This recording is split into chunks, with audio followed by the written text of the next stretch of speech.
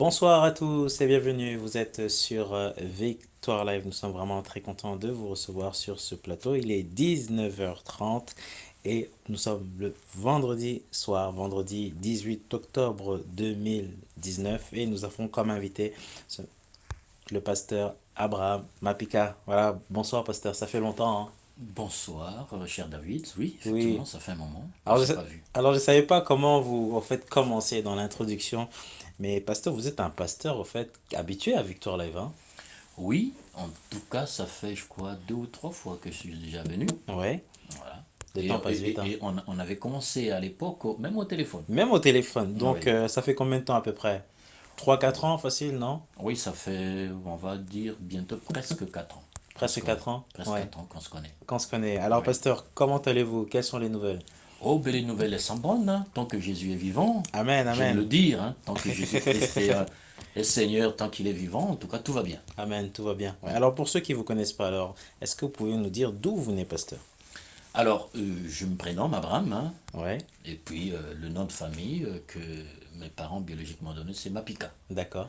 Alors je suis pasteur du centre évangélique Chemin de Vie Oui, et nous sommes basés actuellement dans le 77, donc en Seine-et-Marne, plus précisément à Bussy-Saint-Georges. d'accord. Et on peut venir assister à un culte Ah et ben oui, nous sommes les naturellement. bienvenus. Ah ben la porte, elle est ouverte à tout le monde, Ah, hein. c'est super, ça c'est une bonne nouvelle. Alors, pasteur, vous êtes venu avec un thème. De quel thème s'agit-il? Alors, le Seigneur m'a mis à cœur de parler, hein, donc en tout cas, shalom à tous ceux qui nous suivent actuellement. Le Seigneur m'a mis à cœur de parler d'un thème que j'ai trouvé important. Ouais, On va parler du pouvoir, ouais. mais pas seulement d'un pouvoir, des trois pouvoirs qui gouvernent actuellement le monde. D'accord. Alors, la première question, pasteur, qu'on pourrait se poser, alors, qu'est-ce qu'un pouvoir? Alors, on va faire un peu comme à l'école, hein. Ouais, Donc, ouais. avant d'aller dans le particulier, on part d'abord du général, Donc, à la base, ouais. à la base, donc D'accord. pour que les gens comprennent de quoi s'agit-il. Alors, qu'est-ce que c'est que le pouvoir? Quelle est la signification, quelle est la définition que l'on peut apporter par rapport au mot pouvoir? Ouais, Il y a deux sens. d'accord. Le pouvoir, de manière générale, c'est la possibilité de faire quelque chose. Ouais, Donc, quand on a la possibilité de faire quelque chose, on peut dire qu'on a le pouvoir. d'accord. Donc, les gens qui ont l'argent, par exemple, et Ouais, qui peuvent se permettre d'acheter beaucoup de choses, d'accord. on peut dire qu'ils ont un certain pouvoir financier. D'accord, ok. Ouais, Et deuxièmement, avoir le pouvoir, c'est aussi avoir le droit, la permission. ouais, Donc, en France, on a un chef de l'État qui peut se permettre de faire certaines choses que n'importe qui ne le ferait pas. d'accord. Parce qu'il a le pouvoir, Parce parce qu'il qu'il a a le le droit. pouvoir, parce qu'il D'accord. a le droit. Voilà. Parce Donc, qu'il est au-dessus des lois? Non? pas forcément Pas des seules forcément? lois, parce que Ouais. la loi lui octroie justement ce D'accord. pouvoir. Ok, Ça, ouais. c'est une nuance qu'il faut D'accord. faire. Voilà, cher David. Ok, ça marche. Alors, si vous avez des questions à poser, n'hésitez pas. Eh ben, nous sommes en direct, hein, pasteur, pour 1 heure d'émission. Voilà, et on va parler donc des trois pouvoirs. Alors, pasteur, pour revenir sur le pouvoir, alors pourquoi avoir choisi ce thème? Alors, pourquoi avoir choisi ce thème? Parce que on a l'habitude de dire que celui qui a le pouvoir, il peut gouverner. Ouais, Celui qui a le pouvoir, il peut justement manipuler. d'accord. Celui qui a le pouvoir, il peut décider sur les autres. D'accord. Donc, c'est une sorte d'autorité. Ah ben, naturellement, celui qui a le pouvoir détient une autorité. Il domine, c'est ça? Il a la possibilité de dominer s'il ne D'accord. canalise pas bien ce pouvoir. Ouais, ouais, ouais. Et donc, voyant le monde comme il fonctionne actuellement, j'ai fait une lecture qui est Ouais, toute simple. J'ai dit, mais quelles peuvent être justement les forces, les pouvoirs qui gouvernent le monde? Alors, naturellement, la liste n'est pas exhaustive. Aujourd'hui, je n'ai pas la prétention ouais. de tout savoir, de dire que je vais ouvrir une parenthèse et la refermer, et là, plus personne ne pourra dire que ce soit. Mais je voudrais parler de ce que le Seigneur m'a mis à cœur. D'accord. Donc, j'en ai recensé trois, Ouais. et je pense que quand on va en parler, beaucoup de personnes vont naturellement se reconnaître là-dedans. Et qui sont les trois importants, sûrement. Non? Ah ben, actuellement, Ouais. quand on va en parler, je pense que beaucoup de personnes vont se dire, tiens, mais apparemment, cette information-là semble être au point. Ok. Alors, de quel pouvoir s'agit-il alors, pasteur? Alors, moi, avant de pouvoir justement parler de ces trois types de pouvoirs, j'aimerais qu'on lise un texte. Oui, bien sûr. Parce que mon inspiration, je la tire de ce texte-là. Ouais, ouais. Et c'est dans Apocalypse 12, 12. D'accord. Alors, la Bible dit, alors je me permets de lire, hein. Oui, bien sûr, La Bible pasteur. dit, c'est pourquoi réjouis-toi, ciel, et vous qui habitez le ciel. Mais malheur à vous, habitants de la terre et de la mer, car le diable est descendu vers vous animé d'une grande colère, sachant qu'il lui reste peu de temps. C'est-à-dire que Satan est en colère contre nous? Ah mais naturellement, Ouais, cela a toujours été ainsi. Satan est en colère contre les habitants de la terre, d'accord. sachant qu'il lui reste peu de temps. C'est qu'il est au courant. Naturellement, il est informé, puisque quand le diable l'a destitué de là où il était, ben voilà, on lui avait signifié, notifié, hein, quand vous allez en prison, on vous notifie Ouais, les ouais, charges qui ouais, pèsent ouais. contre vous. Donc le diable il est informé des charges qui pèsent sur lui. Ouais, ouais, ouais. Alors, donc quand on examine, on fait une analyse un peu sémantique et structurable de ce texte, on se rend compte il y a trois personnes dans ce texte. Il y a d'abord celui qui parle. D'accord, Celui qui parle, c'est Dieu. Il ouais, dit, c'est pourquoi réjouis-toi. Qui parle? C'est Dieu qui parle. d'accord, C'est l'ange de l'Éternel qui parle, qui annonce une nouvelle à la terre. Donc, c'est Dieu qui parle. d'accord. Et à qui il parle? Il parle aux habitants de la terre. Donc à Et nous. donc, à nous les humains. Ok, ça marche. Et qu'est-ce qu'il dit aux humains? Il apporte une information aux humains comme quoi le diable est au milieu d'eux et qu'il est enragé. Il est en colère. Il cherche à détruire. Donc nous avons deux sur le premier plan. On a Dieu, Ouais, on a l'homme, ouais, donc les habitants de la terre, et puis nous avons le diable. d'accord. Alors, quand je fais une analyse de ce texte, je me rends compte que le monde, en fait, tel que nous le voyons, entre guillemets, il est dirigé par ces trois. Il y a Dieu, il y a le diable et il y a l'homme. Effectivement. Ouais, Alors, mais comment Dieu, comment l'homme, comment le diable peuvent-ils influencer le monde? ouais, ouais. C'est que chacun d'eux a un pouvoir. Alors, pasteur, ça voudrait dire que Dieu a donné un pouvoir à Satan, Dieu a donné un pouvoir aussi à l'homme, c'est ça? Alors, mais c'est ce qu'on va voir. D'accord. C'est ce qu'on va voir. C'est Ok. ce qu'on va voir. Alors, quand j'analyse tout cela, Ouais. alors comme je viens de le dire, il y a Dieu, il y a l'homme, et puis il y a le diable. D'accord. Alors, le pouvoir, le premier pouvoir dont on va parler, c'est l'amour. Ouais, ouais. Et qui L'amour. waouh, ouais. L'amour. Parce que quand Dieu apporte cette information à l'homme, donc il prévient l'homme. Donc c'est par amour qu'il le fait. D'accord. Donc Dieu, par amour, apporte des messages, apporte des informations à l'homme pour lui permettre de savoir comment vivre. À n'importe quel homme.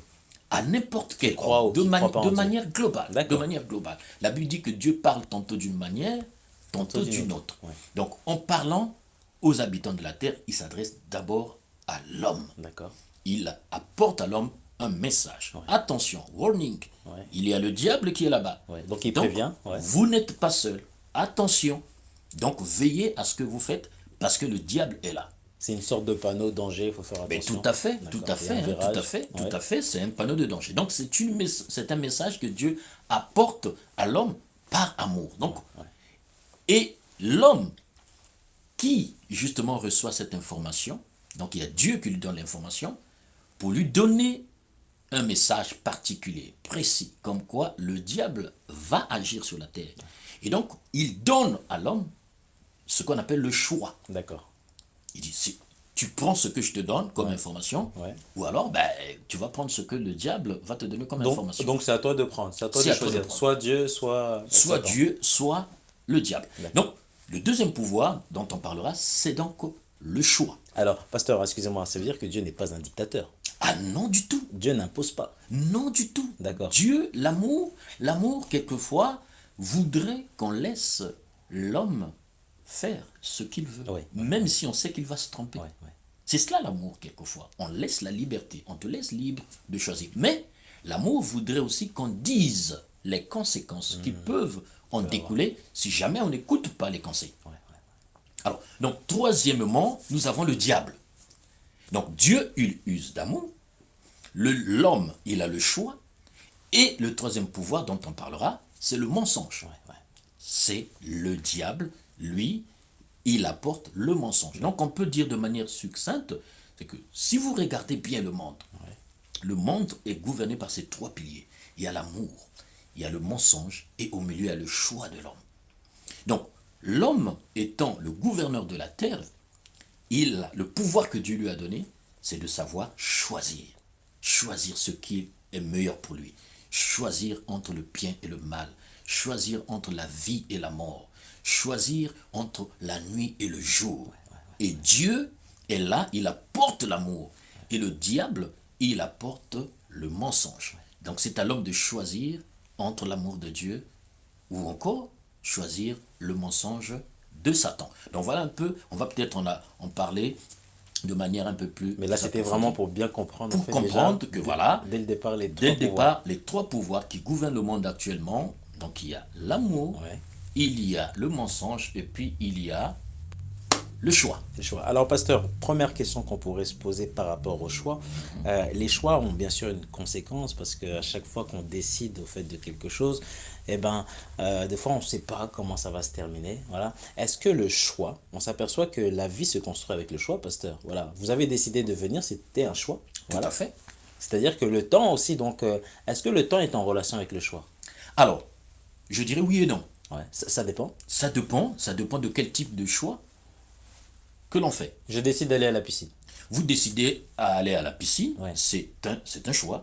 Mais par contre, il faut intégrer d'autres paramètres. À quel moment? Est-ce que le moment que vous choisissez pour aller à la piscine ne va pas perturber d'autres activités? D'accord. Donc, il y a des conséquences. Il y a des Ok, conséquences. d'accord. Alors, en parlant du choix, Ouais. et il faut le dire, c'est que lorsqu'on parle du choix, Dieu lui-même est le premier à avoir choisi. Vous savez bien que Dieu, il est Dieu. Il est créateur de toutes choses. Avant lui, personne n'a existé. Après lui, il n'y aura personne. Il est le créateur. Alors, il y a ce qu'on appelle la déité, c'est-à-dire c'est créer lui-même. C'est quelque chose de fort que l'entendement humain ne peut pas comprendre. Ouais. En fait, ça nous dépasse. Ça nous dépasse. D'accord. Alors donc, je tiens à prévenir ceux qui voudront bien faire fonctionner leur ménage pour comprendre cela. Ils n'y arriveront pas. Ça, c'est le domaine caché de Dieu, la souveraineté de Dieu. Par contre, quand Dieu va dire dans le livre de Genèse, faisant l'homme à notre image et à notre ressemblance, c'est un choix qu'il fait. Il choisit de créer l'homme. Donc il décide par lui-même, il fait le choix de créer l'homme. Il fait le choix de créer la terre, de créer le ciel, de créer les astres, de créer tout ce qui existe. Mais il fait le choix de créer l'homme. Donc, c'est pas quelqu'un qui l'a contraint à le faire, mais il va décider. Il dit, faisons l'homme à notre image et à notre ressemblance. Vous voyez? Alors, lorsqu'on fait un choix, c'est parce qu'on a un objectif. Parce que tout choix doit avoir un objectif. C'est pour cela que tous ceux qui font des choix sans objectif, ce sont des insensés. Quand on décide d'investir, on s'attend à quelque chose. Quand Dieu va faire le choix, ben voilà, il avait investi de l'homme, il a donné le souffle de vie, Donc, il sait pourquoi, quoi. il sait pourquoi il a créé l'homme. Et donc, en revenant justement dans le domaine de l'homme, Ouais. et donc, comme Dieu a créé l'homme, il a dit, faisons l'homme à notre image et à notre ressemblance. Donc, ce pouvoir qu'avait Dieu de choisir, Dieu l'a légué. Alors, il laisse l'homme libre de faire, de décider ce qu'il veut. Sur son avenir. Sur son avenir. D'accord. Mais, il lui demande de le consulter. Avant de faire quoi que ce soit, avant de faire un quelconque choix, de le consulter. Et si on regarde très bien, comme je l'ai indiqué, le choix résulte de la décision d'un individu ou d'un groupe confronté à une situation ou à un système qui lui offre plusieurs options. Donc l'homme, comme je l'ai dit dès le départ, il y a l'amour de Dieu et il y a le mensonge. Donc il y a plusieurs options, il y a plusieurs possibilités. Et l'homme est là au centre. Et il doit décider. Et la décision, en fait, c'est le choix que l'homme aura donc porté. Donc le choix résulte de la décision que l'homme arrête dans son cœur. Et naturellement, quand on fait un bon choix, cela peut avoir des conséquences positives.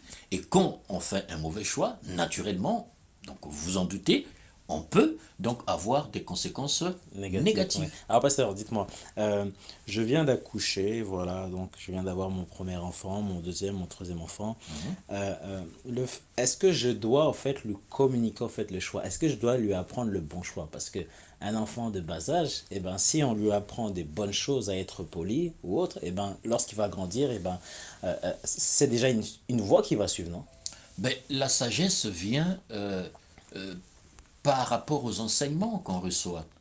Donc, il est évident, même lorsqu'on laisse toute la partie biblique, même dans le monde de tous les jours, ben, il est toujours utile pour des parents d'éduquer, de conseiller leurs enfants et de donner, de communiquer justement à l'enfant les bases. Donc en quelque sorte, en fait, on trace, on va dire, un petit chemin dans la bonne conduite. Mais tout à fait, le devoir d'un papa ou d'une maman, c'est de communiquer.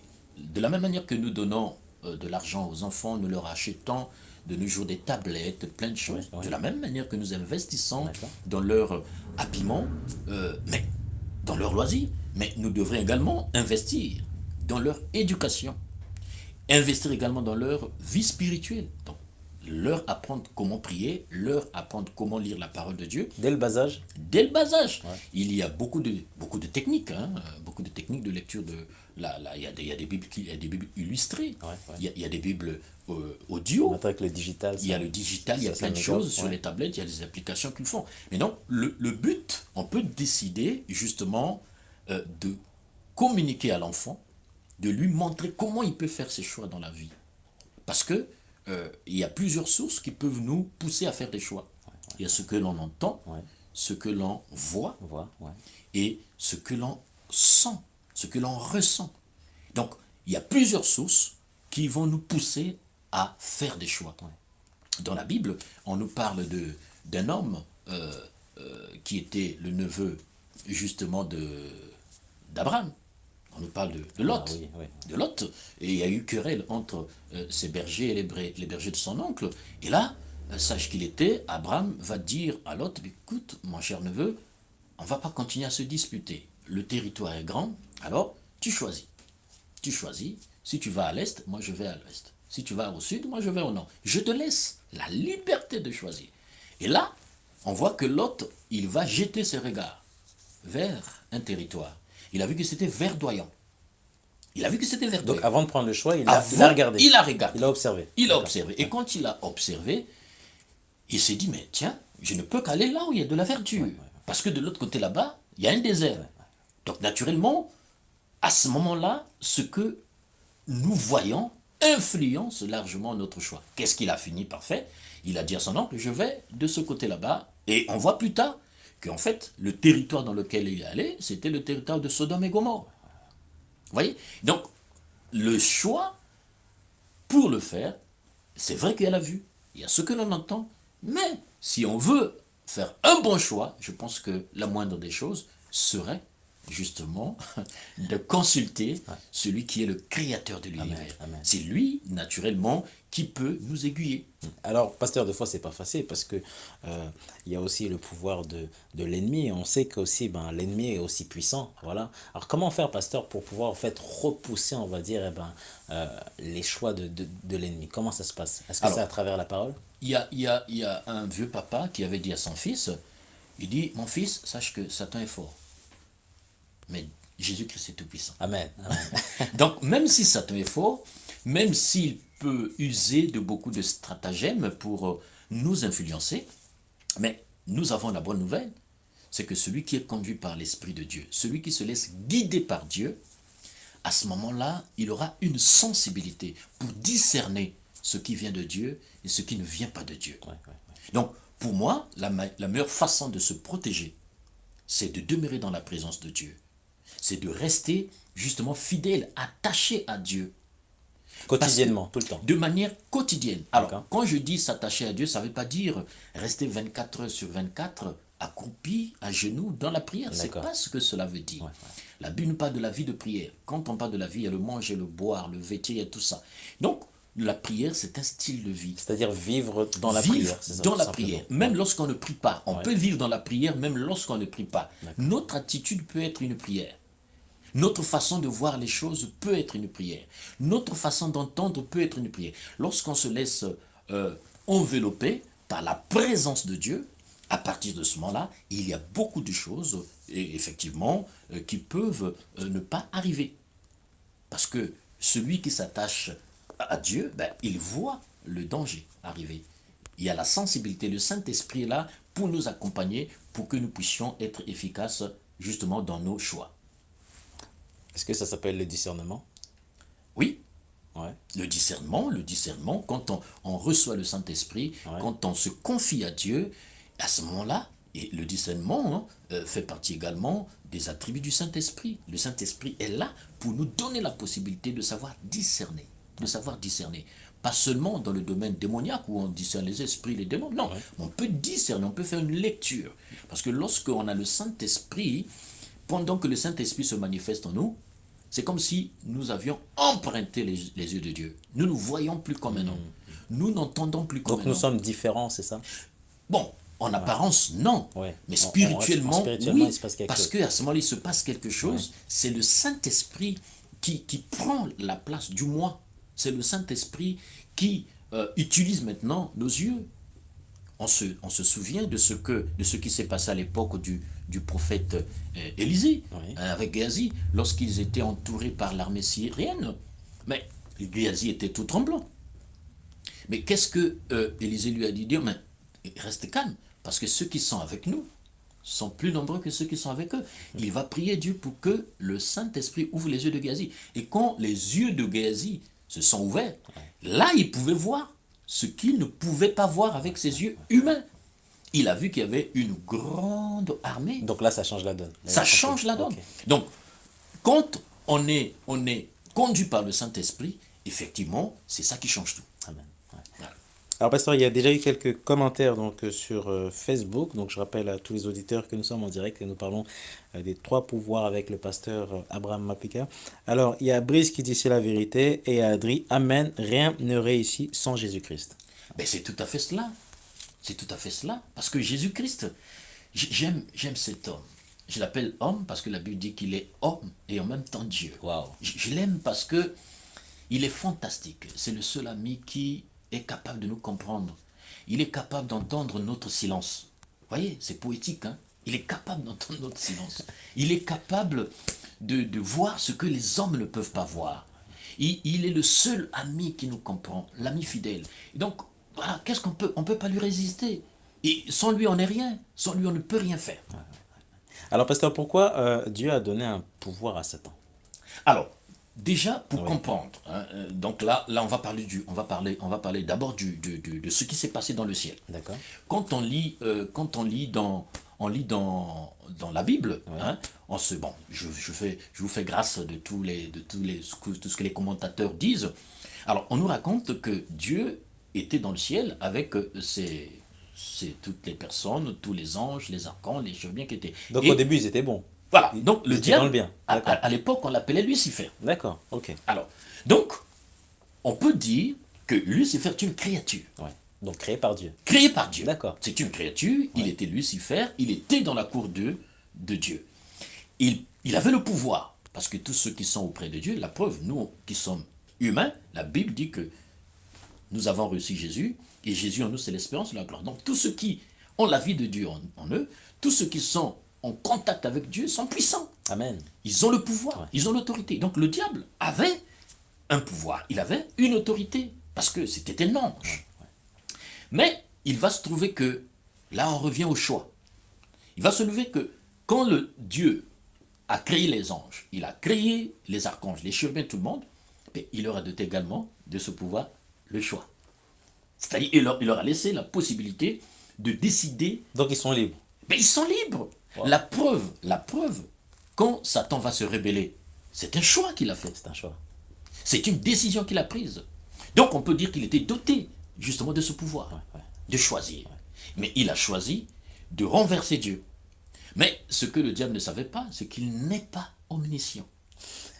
Il n'est pas omniscient. Il a le pouvoir, il a l'autorité, il a une puissance, mais il n'est pas omniscient. Mais Dieu, il sait toutes choses. Donc, Dieu savait déjà. Mais Dieu savait. D'accord. Parce que si on ne le dit pas, ce serait contradictoire avec l'omniscience de Dieu. Donc on peut dire que Dieu sait pourquoi il a permis. Ça seul Dieu sait. C'est pourquoi j'invite beaucoup de gens qui ont des questions pertinentes sur la souveraineté de Dieu, de s'attacher à Christ et de rentrer dans le ciel. Et là, on pourra parler avec notre Père. Exactement. On dit, mais Seigneur, mais je ne comprenais pas, explique-moi. Ça Et sera là, le moment dans la de poser joie- toutes les questions. Mais oui, ce sera l'occasion. Oui, donc, on voit bien que le diable avait la possibilité de choisir. Alors, maintenant, qu'est-ce qui se passe? Quand il choisit de désobéir à Dieu, Dieu va le précipiter sur la terre. D'où Apocalypse qu'on avait lu. Malheur à vous, la terre, parce que le diable a été précipité sur la terre, animé d'une grande colère. Donc là, pour bien comprendre, donc il est expulsé. Il est Ouais, il n'a expulsé. plus le droit de Il retourner n'a au plus ciel. droit. Il n'a D'accord. plus droit de citer dans le palais. Il n'a plus le droit de citer. Il est expulsé. Et il est expulsé où? Il est expulsé et il vient sur la terre. D'accord. Ok. Là où l'homme est. C'est pour cela qu'Apocalypse l'a dit. Ouais. Apocalypse 12, 12. Malheur à vous, habitants de la terre, parce que le diable, il est là-bas. Il est là-bas. Ouais. Il est là-bas. Donc faites attention. Et quand je parle du mensonge comme puissance, comme pouvoir, en fait, le mensonge, tout comme la mort, est une conséquence de la désobéissance. Donc nous voyons, le diable, lui, n'était pas menteur. Il a fait le choix. Il a usé d'un pouvoir que Dieu lui a donné. Il a fait le choix de pouvoir désobéir à Dieu. Dieu va le précipiter sur la terre. Et quand il est précipité sur la terre, c'est à ce moment-là que le mensonge, on peut dire que c'est comme lui qui l'a créé. C'est à ce moment-là que le mensonge, alors je ne saurais vous expliquer comment les choses se sont passées, il n'y a que Dieu seul qui sait. Mais c'est à ce moment-là que le mensonge est né. Et quand on lit justement dans Genèse 3, c'est là où on va voir comment il va mentir.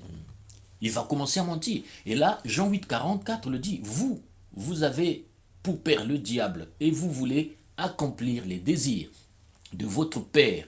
Il a été meurtrier dès le commencement et il ne s'est pas tenu dans la vérité.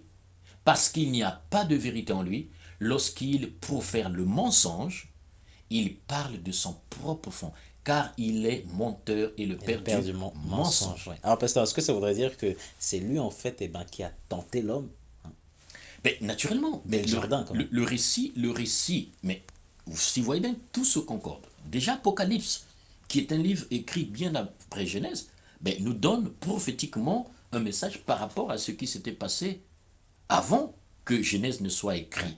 On nous dit, malheur à vous la terre, parce que le diable, il est descendu là-bas. Mais quand il est déchu, le diable, ben, il est maintenant revêtu du mensonge. Et donc son but, c'est quoi? Son but, c'est de détruire. Son but, de faire du mal. Mais c'est à ce moment-là que, lorsqu'on parle du mensonge, je crois qu'il est important Il est qu'on important, très définisse, important. Ouais, qu'on ouais. définisse un peu ce que le mensonge. Ouais. Alors, un mensonge, toute affirmation consciemment fausse. Toute affirmation consciemment fausse. Donc, j'affirme quelque chose, mais au-dedans de moi, je sais que c'est faux. D'accord. Je le sais et je le ressens que c'est faux. Je sais que c'est D'accord. faux. Ok. Quand le diable parle justement à la femme dans le jardin, on sait bien que ce qu'il disait à la femme était faux. Ouais, ouais, ouais. Mais il savait. Mais quand on ment, parce qu'on dit qu'un mensonge, toute affirmation consciemment fausse, mais aussi le fait de passer sous silence ou de déformer la vérité, envie de tromper quelqu'un. Donc, quelqu'un qui est un menteur, il dit des choses, il donne des affirmations qui sont fausses, dans le but de tromper, dans le but de dérouter quelqu'un. Et je sais que David est sur la bonne voie, mais qu'est-ce que je veux faire? Comme je ne veux pas que David puisse atteindre ses objectifs, Donc je crée quelque je chose. vais créer quelque chose, D'accord. je vais lui donner des fausses informations Ouais. pour lesquelles je sais qu'elles sont fausses. Ouais.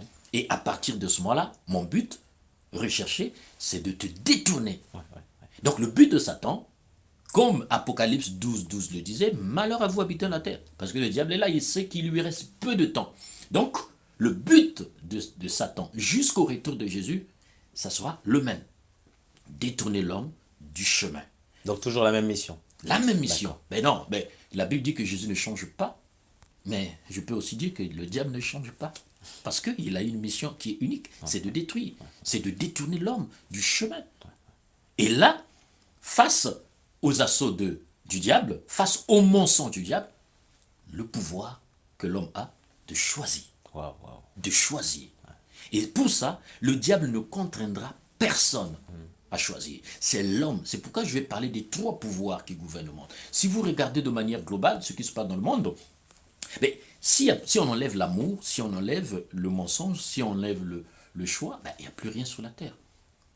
L'amour de Dieu est là. Le mensonge du diable est là. C'est une lutte. C'est un combat. Donc c'est un combat tous les Un jours. combat perpétuel, un combat, une confrontation de royaume. Et l'homme est là au centre comme un arbitre. C'est pour ça qu'on se bat tous les jours. Ben, Vraiment. naturellement. Et quelqu'un a même dit que Dieu et Satan se discutent le cœur de l'homme. Et là, l'homme entre guillemets, il devient comme un petit roi. Parce que c'est lui qui ouvre la porte à Ouais, l'ennemi ouais, ouais. ou l'ouvre à Dieu. Donc ça revient, donc c'est lui qui choisit. Mais naturellement, Ouais. vous voyez bien que c'est un grand pouvoir. Parce que quand on a le choix, quand on a le pouvoir qu'on appelle le choix, on peut choisir de mentir, on peut choisir d'aimer. C'est pour cela que ces trois pouvoirs s'imbriquent. Ouais, ouais. L'homme est là, il peut décider d'aimer, comme il peut décider de mentir mentir. ou de haïr. Alors, pasteur, moi j'ai une question avant de continuer. Est-ce que l'ennemi, on va dire, s'attaque, on va dire, à des grands hommes, à des grandes femmes, c'est-à-dire des personnes qui ont un peu plus le pouvoir. Voilà. Donc ça peut être le cas, par exemple, d'un président ou autre, où au fait, eh ben, si l'ennemi sait que, eh ben, il touche son cœur, donc ça va être peut-être plus facile, on va dire, d'attirer du monde. Qu'est-ce que vous en pensez, pasteur? Alors, il faut nuancer. Hein, il faut nuancer la question. Déjà, il faut savoir que le diable, il s'attaque à tout le monde. Tout le monde, Il même le s'attaque à plus tout, petit. même le plus petit. Parce que le but du diable, c'est d'amener les gens en enfer. Voilà. Que tu sois riche, pauvre, petit, grand, beau, blanc, amérindien ou pas, le but de Satan, c'est d'emmener les gens en enfer. Ça veut dire que je suis faible spirituellement, il va m'attaquer. Je suis fort spirituellement, il va aussi m'attaquer. Mais Dans il les deux attaque tout le sens. monde. D'accord. Il attaque tout le monde. Mais attends, David, Oui. dans la Bible, quand on lit dans les évangiles, qui a tenté Jésus? C'est Satan. Mais la Bible dit de Jésus qu'il est Dieu. Et il a décidé de tenter Jésus au moment où Jésus était en pleine prière. Il Donc, il était en savait. jeûne. Il savait. Donc, je suis désolé de le dire, ne pensons pas que lorsqu'on va faire 40 jours de jeûne et prière, que ça y est, c'est fini, que le diable va nous laisser tranquille. On sera quand même attaqué. Mais le diable, son but, que tu sois dans la prière ou pas, le diable, il viendra pour te tenter.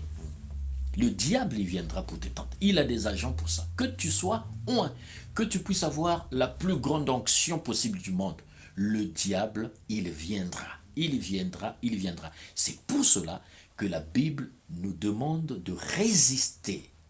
Dans le mot résister, Ouais. d'abord, le verbe là, il est conjugué à l'impératif. Il dit résister. C'est-à-dire que c'est comme si c'était un ordre. Car le diable rôde autour de vous. Comme un voleur, Comme un c'est ça? lion Ouais. rugissant. Donc, le diable, il est en furie. Il est en colère. Parce qu'il connaît son sort. Son sort, c'est l'enfer. L'enfer a été créé pour lui, spécialement. Donc c'est une prison, quoi. Ouais, Mais une prison à c'est vie pour une prison, l'éternité. c'est Ouais. une prison, Ouais. voilà, qui a été ouverte pour lui. Et il n'y aura jamais de repentance pour le diable. C'est fini. Il n'y aura jamais de repentance pour le diable. Ça a été décidé comme ça, ainsi. Et donc, lui, il ne veut pas aller seul. C'est pour cela, Apocalypse 12 dit, malheur à vous, habitants de la terre, parce que le diable, il est descendu sur la terre et il sait qu'il lui reste peu de temps. Ouais, ouais. C'est pour cela qu'il va user de toutes les subterfuges pour conduire l'homme à aller avec lui. Alors, pasteur, toute la vie qu'on a sur cette terre, voilà, donc c'est le choix, voilà, qu'on doit faire. Mais naturellement, D'accord? Donc le bilan, c'est-à-dire, eh ben, j'ai été mauvais, j'ai pas donné ma vie à Jésus, donc il y a tout de suite des conséquences, c'est ça? alors, mais déjà le fait de ne pas choisir, c'est un choix. D'accord. Je choisis de ne pas suivre Jésus. C'est un choix. Ouais. Tu choisis de suivre Satan, c'est un choix. Tu choisis de ne suivre ni Jésus, ni Satan, c'est un choix. C'est un choix. Tu dis, bon, j'oublie tout. Je suis neutre. Voilà. Je suis neutre, c'est un choix. Tu as choisi d'être neutre. D'accord. Donc, en fait, on ne peut pas aujourd'hui dire que personne ne peut pas choisir. Et donc, tout ce que nous faisons, ce sont des choix. Et le choix détermine notre destinée. Le choix détermine notre destinée. Quand Dieu nous crée, il nous crée égaux. Il nous met, c'est comme lorsqu'on court les 100 mètres. Chacun de nous est sur la ligne de départ. Il n'y a pas quelqu'un qui est plus coté que l'autre. Il n'y a pas quelqu'un qui est à 100 km déjà. Non du tout. D'accord. On est tous sur la D'accord. même ligne de départ. Ok. Et quand, sur le starter, chacun de nous est dans les starting blocks, comme on dit, on est sur la même ligne de départ. Et après, c'est à chacun de travailler. C'est à chacun de développer son intimité avec Dieu. C'est à chacun de pouvoir s'attacher à Dieu, justement pour arriver. C'est pour cela que Paul avait dit, il dit, moi je lutte également, pour que, après avoir prêché aux autres, que j'entre également. Il dit, à la fin de sa vie, il dit, j'ai combattu le combat de la foi. Oui, donc j'ai lutté. Ouais. Donc ça veut dire qu'il y a eu des prisons, il y a eu beaucoup de choses. il y a eu des trahisons, il y a eu des échecs. Il y en a qui disent que lorsqu'on prie, ben, plus jamais on ne peut plus tomber malade, on ne peut plus voir, on peut plus. Mais non, c'est faux. C'est faux, ouais. C'est une lutte. C'est une lutte parce que nous sommes sur la terre et la terre étant justement le territoire de l'ennemi. Ouais. La Bible dit que c'est le diable qui est le prince de ce monde. Donc, Donc il est là, il a le pouvoir, il est en train d'user de mensonges. donc tant qu'on sera sur la terre, et ben ces choses-là seront Mais, toujours là. mais naturellement, tant qu'on sera sur la terre, on sera toujours là. Et vous voyez, par rapport justement au choix, à l'amour, et puis au mensonge, moi j'ai fait une belle conclusion. J'ai Ouais, dit, ouais. Dieu dit, le diable contredit, et l'homme doit choisir. Dieu dit, le diable contredit, Contredit. donc c'est le mensonge. Et l'homme doit choisir. C'est ainsi que le monde est gouverné. Vous allez voir dans tous les domaines de la vie, dans le domaine politique, dans le domaine financier, vous allez voir que quelque part, ces trois forces-là agissent.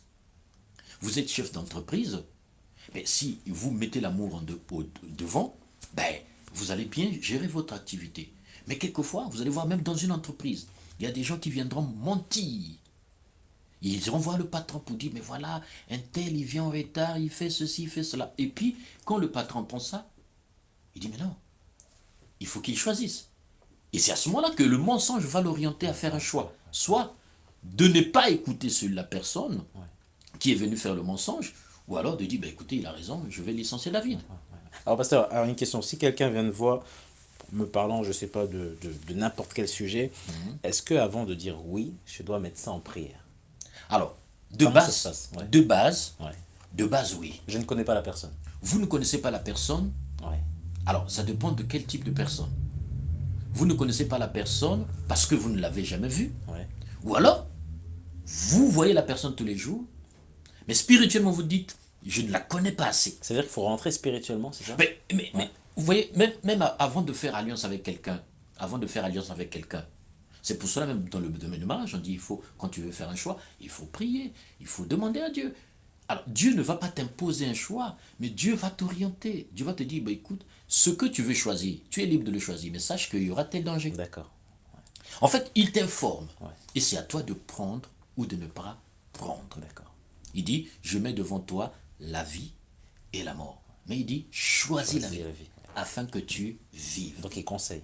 Il conseille. D'accord. Il conseille. C'est cela l'amour. Le fait que Dieu apporte le conseil, c'est l'amour. Vous allez voir, on va prendre le cas d'un couple. D'accord. Un couple qui est en conflit. Ouais. Ces trois pouvoirs vont agir. Il y aura quelqu'un qui viendra par amour pour vouloir vous réconcilier. Ouais. Il va tout Parce faire. qu'il va tout faire. Il va se battre contre vents et marées pour vous. Parce qu'il vous aime. Il veut que vous soyez unis. Il va vous donner des conseils. Mais tu trouveras d'autres personnes qui viendront derrière pour dire le contraire. Ouais. Ah ben oui, mais ta femme est impolie. Ah, ton mari est radin. Ah ben voilà, mais tu peux aller voir une assistance sociale, mais tu peux le chasser, on est en France, donc tu peux rester, tu peux vivre comme étant une femme seule. Vous voyez, des gens qui viennent dire un message qui est contraire, Ouais. le mensonge.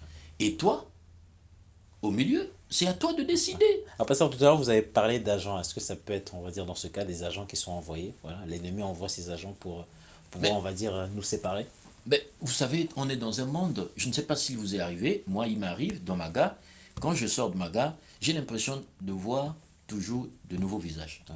C'est-à-dire que, et pourtant on est dans la même ville, mais j'ai l'impression que les gens que j'ai vus il y a 2 jours, je ne les vois pas. Tous les jours, je vais à la gare le matin, je vais à midi, j'ai l'impression de voir d'autres visages. Vous savez, on est dans un monde spirituel. Ce que nous voyons physiquement, ça représente à peu près 5%. Mais tout est régi à 80%. Hein, les statistiques, bon voilà, je sais qu'il y aura peut-être des commentaires là-dessus, mais j'extrapole un peu. Mais vous savez que tout ce que nous vivons sur la terre a une origine d'abord spirituelle. Même la Bible dit que apprenez à être hospitalier parce qu'il y en a qui ont reçu des anges sans le savoir. Il y en a qui ne le savent pas. Abraham a reçu 3 personnes, Ouais. mais c'était des anges. Ouais. Mais il ne savait pas. Donc, de la même manière qu'on peut recevoir des anges, mais aussi on peut recevoir des démons. On peut recevoir des gens qui sont habillés de peau humaine, Ouais. mais qui ne sont pas humains, mais qui ont pour but justement de venir te détruire, de venir te perturber. C'est pour cela, justement, quand tu rencontres quelqu'un dans la rue, avant d'aller plus loin, il faut prier. Il faut prier. Donc dès le départ, pasteur, je me lève le matin, donc je peux faire ma prière au fait de la journée. Seigneur, garde-moi, protège-moi, donne-moi le discernement. C'est aussi une sorte de prière que je peux adresser à Dieu. Dieu peut mettre sa protection sur moi. Mais naturellement, mais la protection, quand quelqu'un a besoin du secours, et auprès de qui nous avons le secours? C'est auprès de Dieu. Je lève les yeux vers les montagnes. D'où me viendra le secours? Donc, tu ne peux pas. La Bible dit hein, que le nom de l'Éternel est une tour forte. Lorsque la détresse arrive, le juste s'y réfugie. Donc aujourd'hui, tu ne peux pas dire que si tu te lèves le matin, tu sors de chez toi, tu rentres le soir à midi en bonne santé, que voilà, c'est parce que tu as été prudent. Non, c'est parce que la grâce de Dieu était là. Amen, amen. Parce que Amen. ceux qui sont morts, ceux qui sont tombés dans les rats, ils étaient prudents. Hein. Ben, ils sont quand même tombés.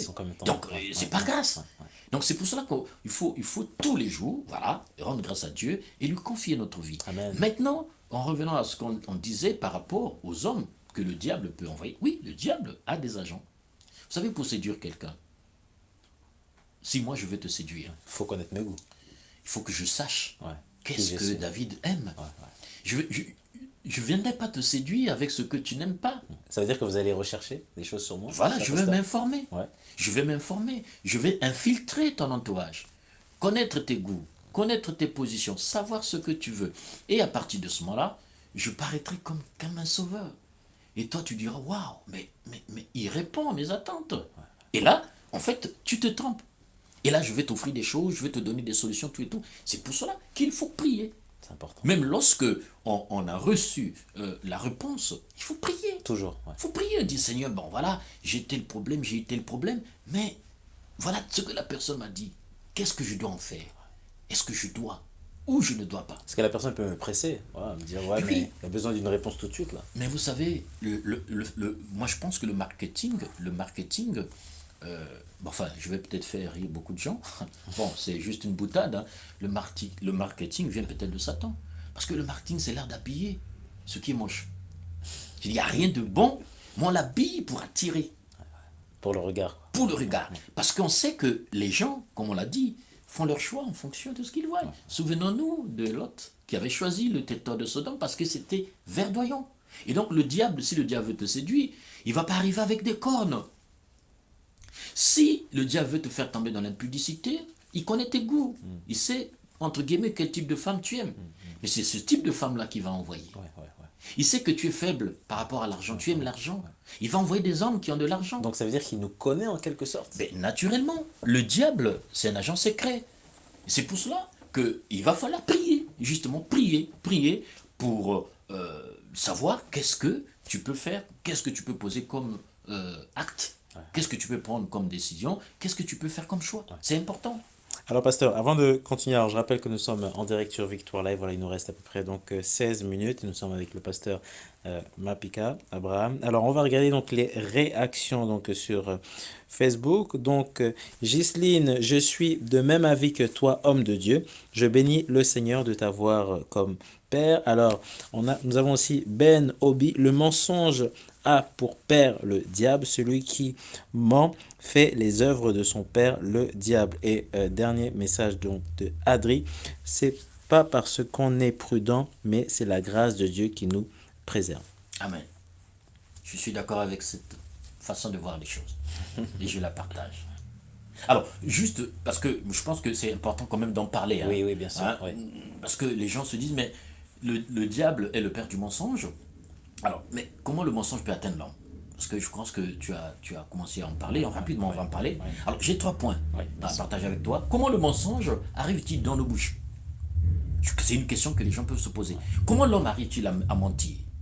Le diable est le père du mensonge. Et comment l'homme arrive à mentir? Alors, il y a 3 points. L'homme ment, c'est lorsque il ne fait plus confiance à Dieu. D'abord, un menteur, il ment pourquoi? Parce qu'il est dans une situation de faiblesse. Il sait qu'il est dans une mauvaise passe. La seule solution pour sortir justement de cette mauvaise passe, c'est de mentir. Je n'arrive plus à payer mon loyer, ça peut être un exemple. Voilà. Par exemple, on va prendre un exemple simple. Tu appelles Tu es une femme, tu appelles ton mari. Ouais. Tu dis, chérie, tu es où? Et le mari est quelque part en train de boire, de fumer avec des copains, avec des filles. Ouais. Il va te dire, mais non, je suis en réunion. Pourquoi? Parce qu'il ne peut pas te dire, il ne peut pas dire à sa femme que je suis avec des copines. Ouais. Il est dans une mauvaise passe. Et dans une position de faiblesse. Mais il ne veut pas que sa femme le sache. Ouais.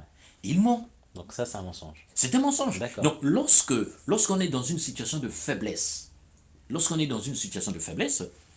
on peut être amené à mentir. Lorsqu'on ne fait pas suffisamment confiance à Dieu, on peut être amené à mentir. Lorsqu'on a peur, lorsqu'on manque d'assurance, on ment parce qu'on manque d'assurance. Parce que celui qui a l'assurance, n'oublions pas que celui qui a l'assurance, c'est celui qui a la foi. Hébreu le dit, que la foi est une ferme assurance des choses que l'on espère, une démonstration de celles. Donc je peux être dans une mauvaise situation.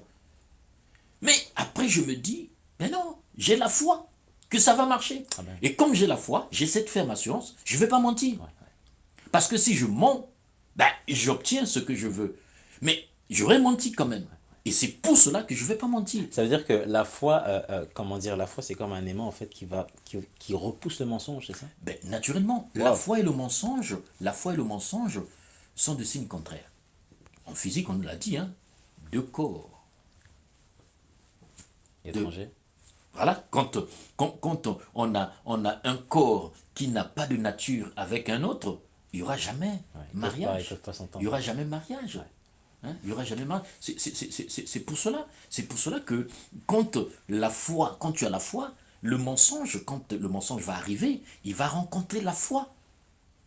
Il va rencontrer la foi. Et quand le mensonge vient pour rencontrer la foi, mais à partir de ce moment-là, le mensonge ne peut que s'en aller. Donc, pasteur, Dieu nous a donné tous les outils, au fait, pour qu'on ne mente pas. Pour que le mensonge, en fait, ne soit pas là. Mais non. Mais effectivement, quand la Bible dit que Dieu nous a créés à son image et à sa ressemblance, qu'est-ce que ça veut dire? Ça veut dire que la nature de Dieu, nous l'avons. Et plus nous demeurons dans la présence de Dieu, plus nous développons cette nature. Comme Dieu ne ment pas, la Bible dit que Dieu n'est pas le Fils de l'homme pour mentir, ni un homme pour se repentir. Et donc, si nous développons justement notre attachement, notre communion avec Dieu, nous allons grandir. Et quand nous allons grandir, j'aime dire que le Saint-Esprit, quelquefois, lorsqu'il est dans ta vie, il te parle. C'est-à-dire, tu as sorti un gros mot, bon, toi-même tu es attristé, tu dis, non, non, j'ai mal agi là. Ça, c'est le Saint-Esprit. Et quand tu développes cette intimité avec Dieu, il y a des choses, vraiment, que tu vas abandonner sans effort. C'est-à-dire que tu auras même honte, tu ne pourras pas. Tu vas te dire, mais non, tu n'auras pas besoin que quelqu'un vienne t'en parler, tout et tout. Donc c'est tout de suite, quoi. Mais c'est tout de suite. Quand le mensonge arrive, mais toi, tu as le choix. Le mensonge ne vient pas t'imposer des choses. Et toi, comme tu as le pouvoir, le choix, c'est le pouvoir que Dieu t'a donné. Ce qu'on appelle, dans le langage de tous les jours, le libre arbitre. Et Dieu te le donne. Et quand tu développes cette intimité, effectivement, tu t'équipes pour naturellement lutter contre le mensonge. Waouh. Alors, nous sommes toujours en direct avec le pasteur Abraham Mapika. Alors, pasteur, moi, j'ai une question. Voilà, je suis dans une entreprise et tout se passe bien. Ok, pasteur, donc j'applique au fait tout ce que la parole de Dieu dit. Voilà, je n'ai pas envie de mentir. Voilà, donc je m'attache à la foi. Il y a un problème, je suis au travail, on me pousse à mentir. Et en plus, pasteur, si je ne suis pas d'accord avec mon employeur, voilà, parce que je sais qu'il ment par rapport, on va dire, à certaines affaires, on risque de me licencier. Alors, qu'est-ce qui se passe, pasteur? Parce que là aussi, j'ai deux choix. Mais naturellement, tu as le choix de l'amour de Dieu. L'amour de Dieu s'est manifesté pleinement dans la mort, la crucifixion, la mort et la résurrection de Jésus. Ouais. Tu as la possibilité de choisir ça. C'est-à-dire d'être fidèle à Dieu. Et tu as le choix, justement, du mensonge du diable. Qu'est-ce que le mensonge te dit à ce moment-là? Lorsque on te force, on va prendre un exemple simple. Tu travailles, tu es comptable. On vient te dire, bon, David, écoute, tu dois surfacturer. Tu dois surfacturer pour que, on puisse gagner de l'argent. Mais tu sais que si tu dis oui, tu vas contribuer à la fraude. Tu le sais. Mais ça ne vient pas de moi, pasteur. Mais justement, mais tu auras quand même, justement, contribué. Donc, comme si la personne a participé, donc j'ai participé Tu à... participes, Ok. tu participes, tu participes. Et là, qu'est-ce qui va se passer? On va te mentir. On va te dire, David, si tu ne signes pas, ben effectivement, on te licencie. Et si on te licencie, tu ne vivras plus. Mais c'est faux.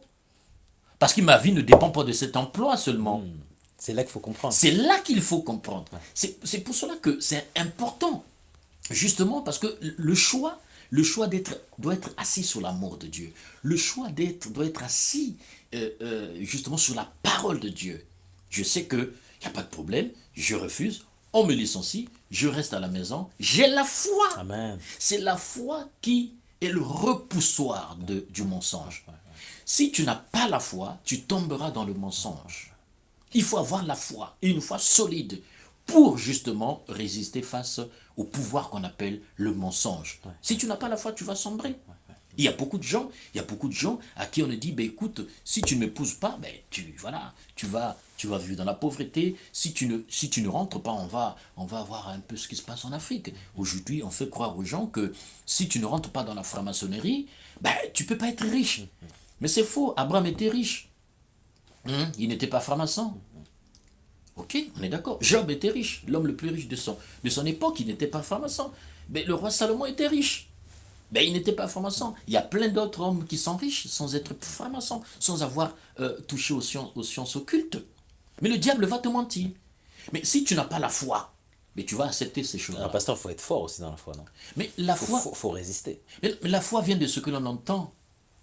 La foi vient de ce que l'on entend. Ouais. Et ce que l'on entend vient de la bouche de Dieu. Ouais. C'est pour cela qu'il faut s'habituer à entendre Dieu. S'habituer à entendre Dieu. Un enfant à qui tu dis tout le temps, mon fils, je vais te faire ceci, je vais te faire cela, je vais te faire ceci. Quand il ira dans la rue, on va lui faire des propositions. Qu'est-ce qu'il va dire? Non, mon père m'a dit. Ouais. C'est Mon qui c'est? père m'a dit. D'accord. Mon père m'a C'est dit. qu'il a retenu. Mais un enfant Ouais. à qui son père ne parle jamais, mais lorsqu'il se retrouve dans la rue, on lui propose, il accepte. Parce qu'il n'a pas la promesse de son père. Mais un enfant qui a la promesse de son père. Et si le père lui rappelle cette promesse tous les jours, mon fils, va à l'école, je vais faire ceci, je vais faire. Et à chaque fois que le père parle, il tient ses promesses.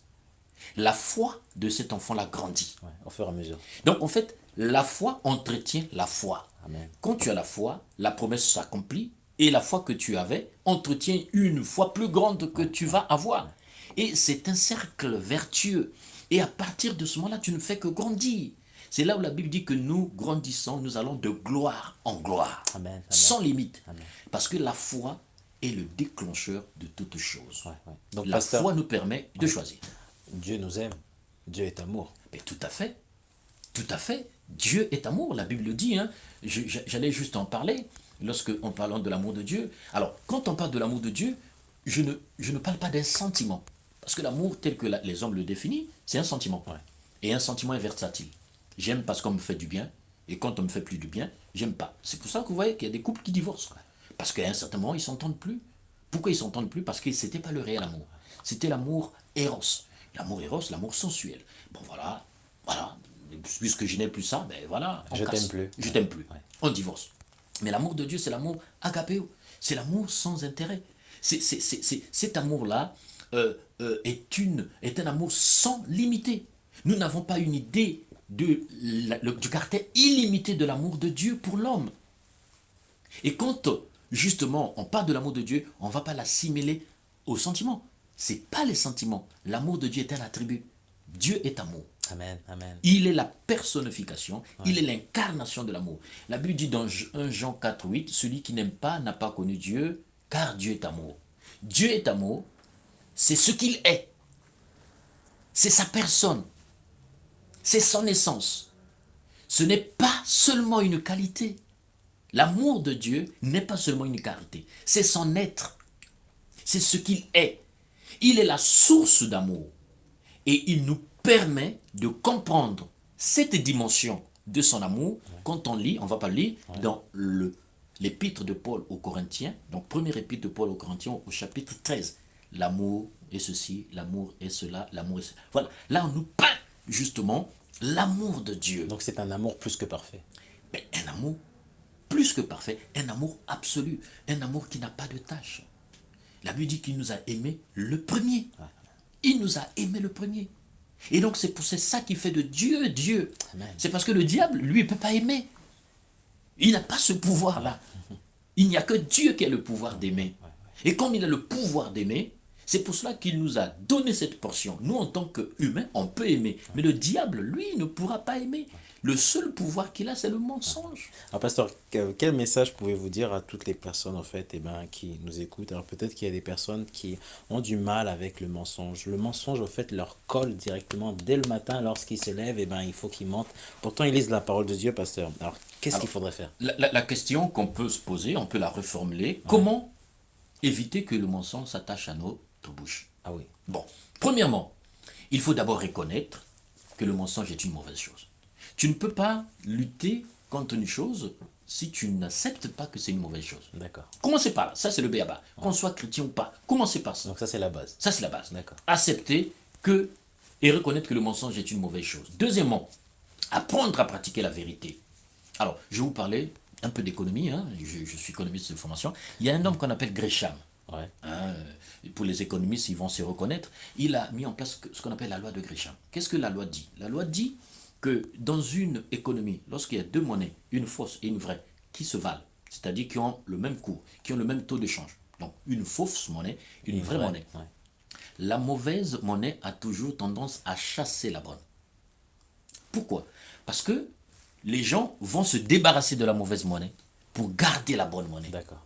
Parce qu'ils savent que la mauvaise monnaie n'aura pas de valeur lorsqu'on aura découvert qu'elle est fausse. Donc les gens vont s'en débarrasser. Donc apprendre à pratiquer la vérité. Donc apprendre à se dépouiller de la mauvaise monnaie. Apprendre à garder la bonne monnaie, à garder la parole. Et ça, c'est quelque chose de très, très important. Et quelquefois, il faut s'habituer à l'humiliation. Il faut s'habituer à rater certaines opportunités. Parce que quelquefois, ça peut être le prix à payer. Et, troisièmement, il faut demander l'aide du Saint-Esprit. Et quand on demande l'aide du Saint-Esprit, il faut dire, Seigneur, je ne peux pas par moi-même. Il faut avouer, j'ai besoin d'aide. J'ai besoin d'aide, viens m'aider. Parce que je n'en peux pas. La Bible dit que sans moi, Jésus le dit, sans moi, vous ne pouvez rien. Et il y a aussi certains esprits qui poussent les gens au mensonge. Et là, ça va pas être une prise de conscience. Là, ça va être une bataille spirituelle. La personne peut avoir besoin de relations d'aide, de prières de délivrance. Parce qu'il y a des gens qui mentent comme ils respirent. Est-ce que l'entourage peut influencer aussi au mensonge? Mais tout à fait. Ouais. Mais on a parlé du choix. Donc, savoir dire que quand on ment, c'est qu'on a choisi. Ouais. Le choix, il est la décision que l'on prend par rapport à ce qu'on a vu, par rapport à ce qu'on a entendu, donc par rapport à notre entourage. Effectivement, on peut mentir. Il y en a qui disent que oui, je mens pour ne pas choquer. Tu as déjà entendu ça? Ouais. Oui, bon, j'ai menti pour ne pas choquer. Je ne voulais pas faire du mal aux gens. Mais non, n'empêche que c'est du mensonge. Ouais, c'est du mensonge. Donc, on va dire que l'entourage t'a influencé, justement, et t'a conduit à mentir. Qu'est-ce que je dois faire? Je dois me séparer de ses amis? Mais en fait, l'idée, ce n'est pas de se séparer des amis comme ça. L'idée, c'est d'abord de se dire, de faire un bilan. Est-ce que c'est pas toi-même d'abord le problème? Parce que tu risques de te séparer avec tout le monde, tu te retrouves seul. Mais il faut faire un bilan. Il faut faire un bilan, il faut prier. Et c'est à ce moment-là que le Saint-Esprit va te guider. Le Saint-Esprit parle. Le Saint-Esprit peut te conduire pour te dire, bon, écoute, pour ce problème-là, voilà ce que tu vas faire, voilà ce que tu vas faire, voilà ce que tu vas faire. Et la Bible, il dit dans Proverbe 14,5 qu'un témoin fidèle ne ment pas. Ne ment pas, mais un faux témoin dit les mensonges. Donc, si tu ne veux pas mentir, sois un témoin fidèle. Un témoin, c'est celui qui a vu, c'est celui qui a entendu. Donc, ne dis rien tant que tu n'as pas vu, ne dis rien tant que tu n'as pas entendu. Si tu n'as pas vu, si tu n'as pas entendu, ne dis rien. Ouais. Tu peux entendre, tu peux en parler, mais n'affirme rien. Ouais. Et donc, qu'est-ce qu'un témoin fidèle d'après la Bible? C'est celui qui est dans la profondeur de Dieu. C'est celui qui connaît le cœur de Dieu. C'est celui qui connaît la parole de Dieu. C'est celui qui a une intimité avec le Saint-Esprit. À ce moment-là, il devient un témoin fidèle. Parce que il peut dire des choses que ni l'oreille humaine a entendues, ni l'œil humain n'a vu.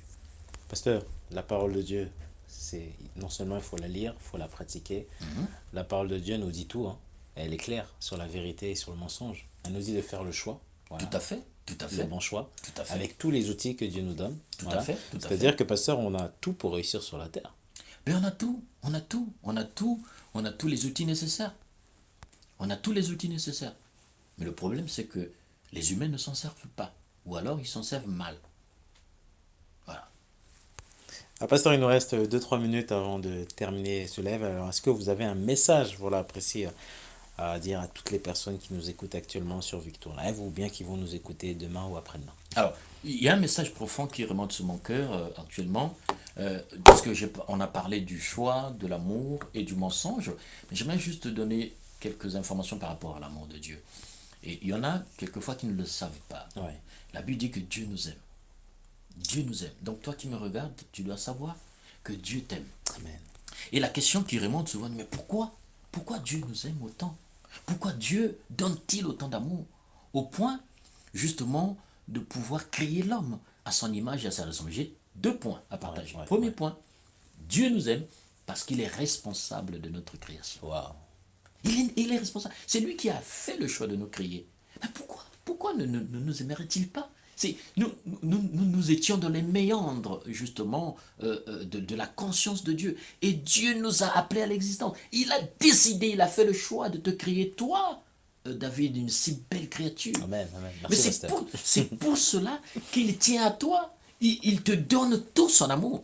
Et tout l'amour de Dieu est résumé dans la venue de Jésus-Christ sur la Waouh, terre. waouh, waouh, waouh. Il a donné ce qu'il avait de meilleur. Ouais. Ah oui, Jésus, c'est la perle de Donc, prix. il a envoyé son fils unique. Son fils unique. Et donc, c'est comme si, alors je me permets, hein, je vais peut-être choquer quelques-uns, c'est comme si son amour s'arrêtait là. Donc, il ne pouvait pas donner plus que ça. Jésus, il a donné Jésus pour toi. Donc, première raison, il nous aime parce qu'il est responsable. Lorsqu'on a mis des enfants au monde, on est responsable d'eux. On veille sur eux. On les aime. Deuxièmement, parce que l'homme est le couronnement de la création. Et il a été fait à la ressemblance. Et l'homme est l'expression de ce que Dieu aime le plus. Il a créé les animaux. Il a créé les singes. Il a créé le ciel, la terre, les astres, toutes les planètes. Et au 6e jour, il va créer l'homme. Et quand il a créé l'homme, il dit, voilà, ça y est, C'est beau. j'ai atteint la perfection de ce que j'aime, l'homme. L'homme. Et c'est pour ça qu'il dit, voici quand Dieu a créé l'homme, il vit que cela était très bon. Et il est Donc, pour les hommes qui vont se prostituer, qui vont aller faire le maraboutage, qui vont aller dans la franc-maçonnerie, mais sachez que ça, ce n'est rien. Dieu vous aime. Waouh. Que tu sois pauvre ou que tu sois riche, Dieu t'aime. Toi qui veux te donner la mort, toi qui penses que parce que tu es malade, Dieu t'a abandonné, Dieu t'aime. Il a donné Jésus-Christ pour toi. Ce qui est important, ce n'est pas la mort, mais ce qui est important, c'est ce que nous allons vivre dans la présence de Dieu et pendant l'éternité. C'est ça qui est de meilleur. Wow. Amen. Amen. Amen. Merci beaucoup, pasteur Mapeka, en direct de Victoire Live. Merci, pasteur, d'avoir assisté à cette belle émission. Donc, je vous rappelle que vous pouvez donc la retrouver sur Facebook et d'ici 2 heures sur YouTube. Si vous avez d'autres messages, eh ben, n'hésitez pas à prendre contact directement avec la régie. Alors, pasteur, il me semble que vous êtes un pasteur aussi connecté. Voilà. Hein. Amen. Alors, est-ce que